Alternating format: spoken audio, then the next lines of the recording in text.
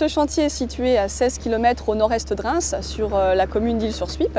Le projet est motivé par l'aménageur, la CCI de Reims et d'Épernay.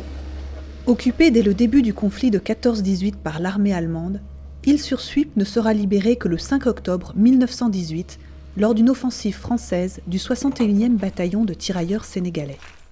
Nous sommes ici dans un grand bâtiment de 14-18. Alors, probablement une soute à munitions qui a dû être vidée. Donc là, nous avons commencé à la vider mécaniquement.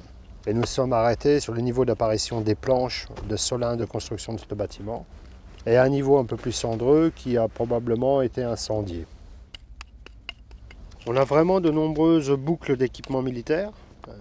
Donc on les retrouve, c'est des boucles à un ardillon. Vous voyez là en 3-4 coups de truelle, je viens d'en sortir 3. Mais bon, l'état montre bien qu'effectivement ils sont très corrodés. Au niveau cendreux, on voit bien que ces équipements militaires ont dû brûler. La découverte de vestiges 14-18 est le fruit vraiment du hasard. Ce chantier a été prescrit pour une fouille d'un enclos gaulois. Dans cet enclos gaulois, surprise, nous avons donc découvert une fosse avec une sépulture de cheval vraiment particulière, dans laquelle on a aussi découvert une tête d'ours présentant des traces de taxidermie, ainsi qu'un nombre vraiment conséquent d'objets personnels, avec notamment une pointe de casque à pointe en fer, et des objets vraiment atypiques comme une statuette de dogue allemand.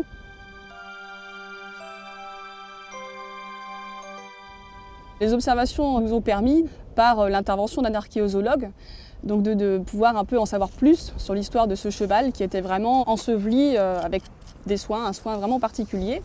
En observant les ossements, notamment sur les pattes, on a donc découvert qu'il y avait des restes d'obus dans les os, avec des os fracturés sur tout le flanc gauche, toutes les pattes gauches donc du cheval.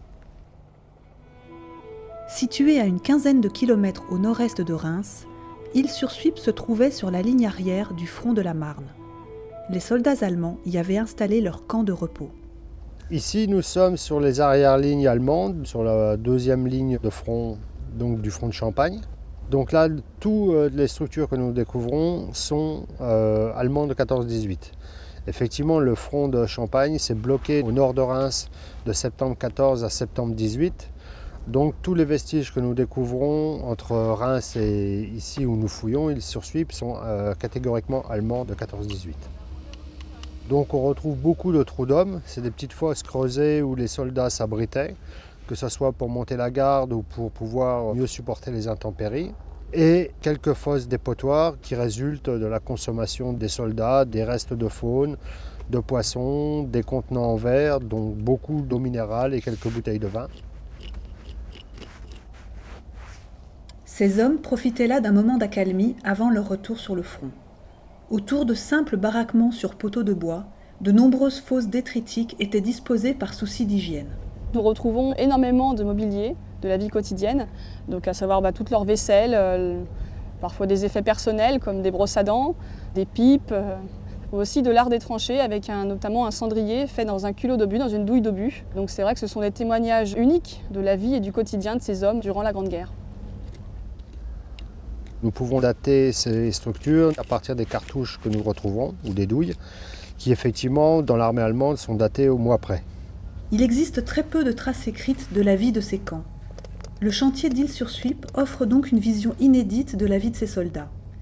Les dépotoirs composites trouvés paraissent en effet très révélateurs des comportements des soldats au repos, mais pourraient aussi nous renseigner sur les conditions réelles de ravitaillement du front et sur la réalité des échanges entre combattants et populations civiles à l'arrière immédiate du front. Nous n'avons qu'une vision très, très fragmentée. La suite de cette opération pourrait nous amener à vraiment mieux comprendre l'ensemble des vestiges. D'habitude, effectivement, je m'occupe de périodes plus anciennes, donc de proto-histoire, donc l'âge du bronze et le premier âge du fer.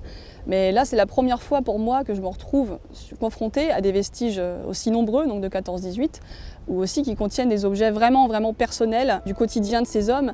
Et ça, effectivement, c'est quelque chose de vraiment émouvant et particulier pour nous.